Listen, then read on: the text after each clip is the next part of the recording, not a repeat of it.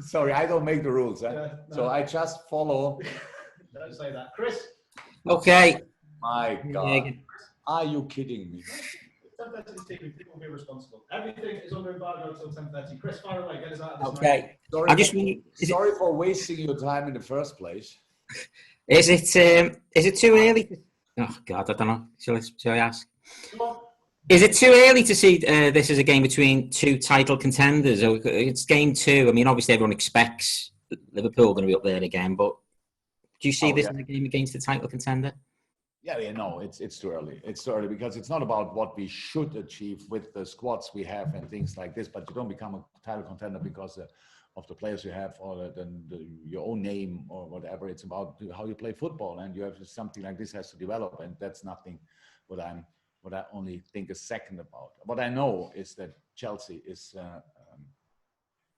I am in England 5 years, all the games with different managers, stuff like, but always incredibly difficult because they're just good. So, and this year not to forget, they lost 2 players as well with Pedro and Willian. Really decisive players in the last few years, really good players, but they brought in just some really good players. We all know that. And so I expect them to do really well. I expect us to do really well in the season as well. But this is now not about title contender against title contender. It's like, it's 2 good football teams who have to make sure that, they come in a position where other people then can say, these is a title contender. These guys are title contenders, nothing else.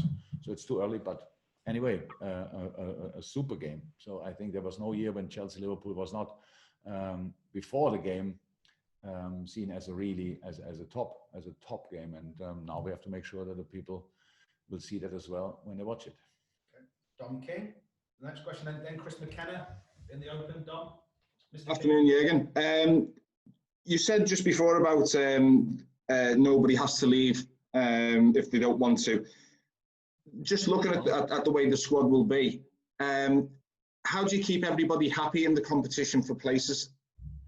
What sort of a challenge will that present you? No. What I said is, if a player is coming in, that's not a reason that that's a midfield player. I think you asked me about Gini Wijnaldum, if that situation would change. I said no. Yeah. What I meant is how you could have 7 or 8 players potentially going for 3 places. How do you keep 8 players happy and the rotation? How do you keep all players happy because they're not all going to be able to play in the same moment? That's true. But I cannot keep a player happy, really. That's you be happy by yourself about the situation. I'm not really worried about that. It's clear if we have more than 3 midfield players, for example, and we play 4-3-3, then a couple of players, that was always the case, will not start. Some will come on, some will not be have the opportunity to come on or are not in the squad for a match day. That's how it is. But my job is to show the players how important they are in pretty much every moment. It's in training or then in the starting lineup, on the bench, or a week later in exactly the same situation, stuff like this. We have too many games, as I cannot prepare for a normal season when the season is not normal. So that just doesn't work. And again, I said it because we have not the opportunity to change 5 times. We have to find other ways how we can make sure that the players are as fresh as possible in the moment. And that means then probably rotation. We didn't plan it yet. I don't say we played on Sunday like this and on Thursday like this and on Monday after that like this. I have no idea who will play then in the other games. I have an idea for Sunday, but not for the other games. We have to react. But if everybody is fit, rotation is absolutely necessary, because otherwise it doesn't work. It just doesn't work. You cannot. The international players until the next window. I'm not 100% sure, but I think it's the England plays 3 games, right? They're playing 3 games in October and 3 games in November as well. So obviously some games there as well. So we just have to try to make sure that we can deal this situation. That's what we try. So yes, I want my players be happy, but I cannot make them happy. They have a big part in that as well. Chris McKenna, and this is the last one in the first part of the breakout as it stands. Chris McKenna. If I can ask on Thiago, Jürgen, because it's not till 10:30, but I mean, when did you kind of realise that he could be got this summer, and what do you think he will add to take your midfield on? Because you're Premier League champions and former European champions, how can he improve what is already a very, very good midfield?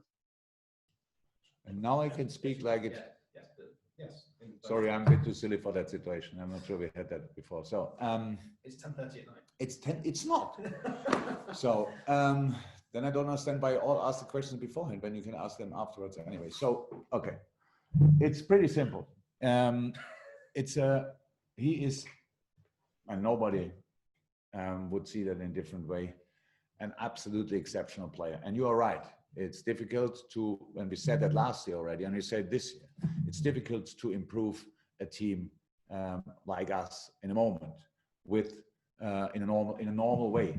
Let me say, probably, and I don't know, again, nothing with other teams, but if we take now 300-400 million, then maybe we could find some players. But even then, it's not easy to bring him in. But in this specific case, he's a player because he really brings in a different dimension in our game. That's true.